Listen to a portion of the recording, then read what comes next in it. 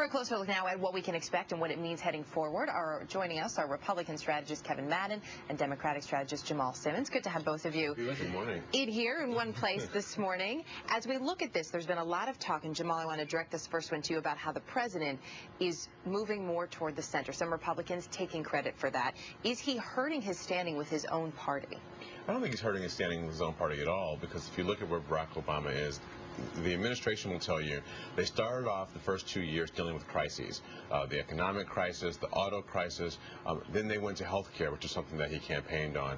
Now they're coming back to some of the issues that Barack Obama campaigned on, but the White House would say they weren't able to get done in the first couple of years because of the crisis. But if you're talking about education and innovation investments, those are things that Democrats would be very happy to see. So you're saying this is really status quo? Don't take credit for it? No, the Republicans shouldn't take credit for it. I think the one thing is the economy has gotten stabilized, and then the American people have certainly sent a signal to the White House that the White House needs to be back to what they elected Barack Obama to do. And I think that's what the White House thinks they are, is they're going back to the business that Americans elected them to do 2 years ago.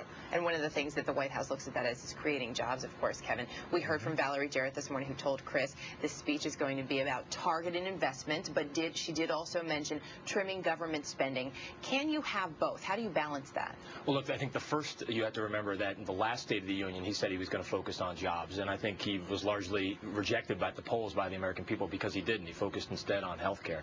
And I think if you look at the word targeted investment, that's a code language for spending.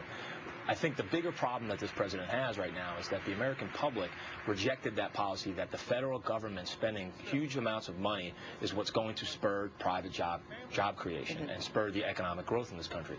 So I think right now that's probably where the canyon is going to remain between the president and Capitol Hill Republicans. When you look at the Republican response, which we will have, of course, after the address, there are actually going to be two. There's going to be one from fiscal conservative Paul Ryan, and even some in his party have said, look, some of your policies are a little too extreme, and then also one from the Tea Party, courtesy of Michelle Bachmann. With two responses, Kevin, who's in charge on the right? Well, I think obviously the House leadership is.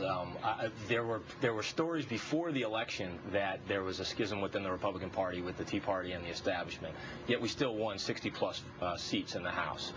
So I think that the Republican Party is still unified on core messages, which is that we need to cut spending, we need to rein in the size of government, we need to focus on growing the economy. So whether it's Michelle Bachmann giving it in one venue and Paul Ryan giving it another, the message is still the same, and I think that's what the American people are going to take away from it. But if the message is the same, why have two different people do that? I mean, does that help the Republicans moving forward? I bet you tonight there's probably going to be about 365 different messages from folks up there on Capitol Hill. Every single inbox has an email from some congressman or some senator who wants to put their stamp on the